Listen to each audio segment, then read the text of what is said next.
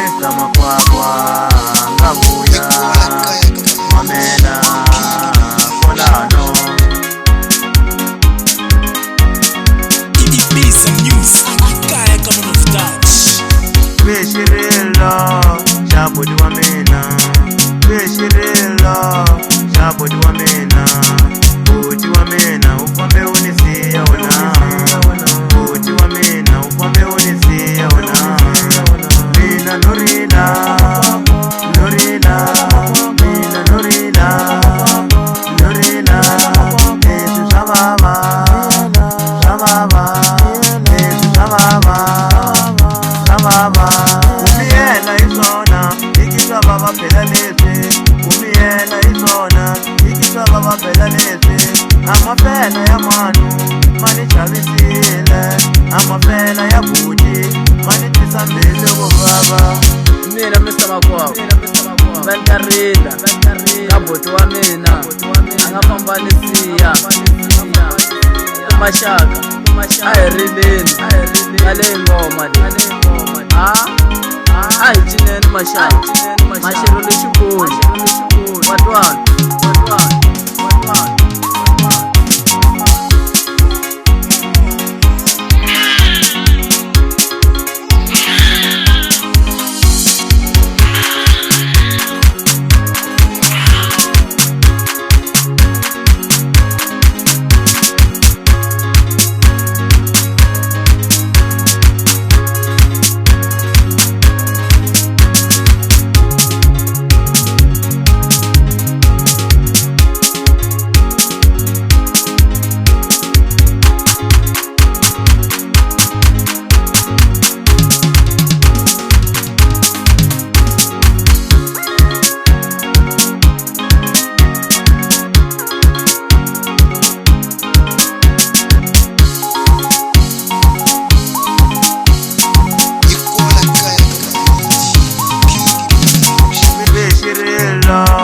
Shabudi wa mina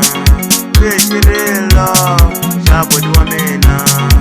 Uti wa mina ukwambe unisiya ona Uti wa mina ukwambe unisiya ona Mina Norila Norila Mina Norila Norila Esu Shababa Shababa Esu Shababa Shababa Umiyela isona Ikiswa baba pela lese Umiyela isona Ikiswa baba pela lese Amafela ya manu Mani chabisile Amafela ya buji Mani tisambile kubaba Mina Mr. Makwakwa Vantarinda Kaboti wa mina Angafambanisiya Kumashaka Ayirilini Ngale ngoma